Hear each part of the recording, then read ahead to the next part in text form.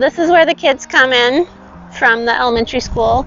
They come through the woods and come in through the pencils as the garden teacher brings them out. So as part of that, we will bring them out here to do lessons or activities. So the fourth graders planted this kale, and peas were planted by I think third grade, yeah.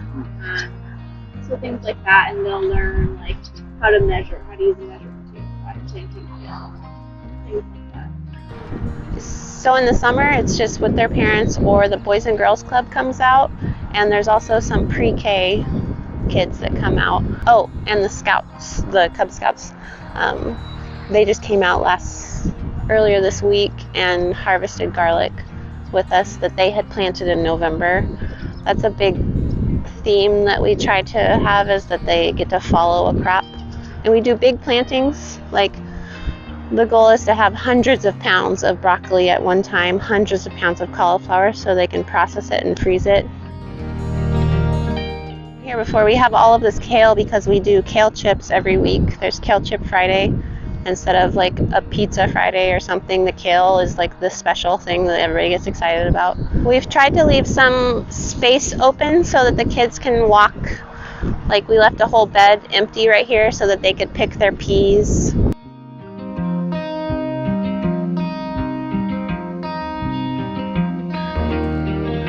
Kelsey from the Conservation District came out this morning to talk to us about all of the possibilities and all the funding that's available for all sorts of things: composting, water, soil tests, building a high tunnel, everything. It's amazing how much is out there.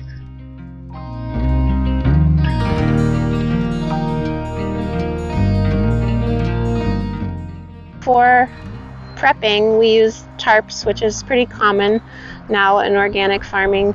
It's a little more plastic than we'd like to utilize, but it really helps us to not have to till so much. So it's trade-offs. These are made, I think it's on Vashon. It's called a meadow creature. It's amazing. Like, it's the broad fork to beat all broad forks. This soil right here, so I would show you how to use this right here, but it's like really hard.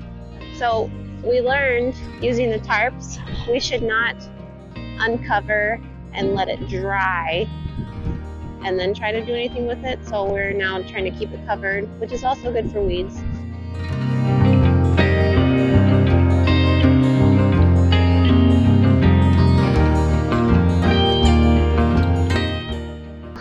It's not exactly, there's a bunch of different names for it. I think there's like Georgia weave or Florida weave. So the bottom one we wove between each plant and then sandwiched it going the other way.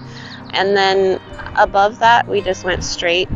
Because I feel like sometimes when you weave it, it like scrapes the tomato plant more than I like. And I just really want them up.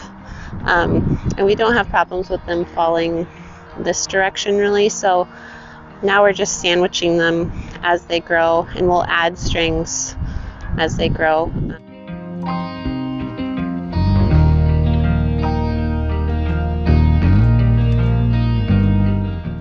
This is our wash station. The Lions Club built it for us. We picked out what we wanted. This is actually a modified horse stable. And then you can see that's our walk-behind tractor there with the tiller on it. The BCS tractor you can get all sorts of different implements for it, and the mower's right around there too if anybody wants to look at that. But I really like the BCS tractor. We also have a flail mower that I'm a little bit afraid to use because of the rocks. But basically it could take this cauliflower bed and make it just into like pureed green matter that then you can just turn under and it just goes just amazing. It's such a great tool. Well, last June I was working out here getting ready to plant some lettuce, and I was finding bits of pottery. Indy from the Historical Society came out and she said, oh yes, these are indeed historical items from the Chinese, mostly Chinese men that were here living. They have an oral history of 3 homes here that were Chinese men who were working on farms on the prairie.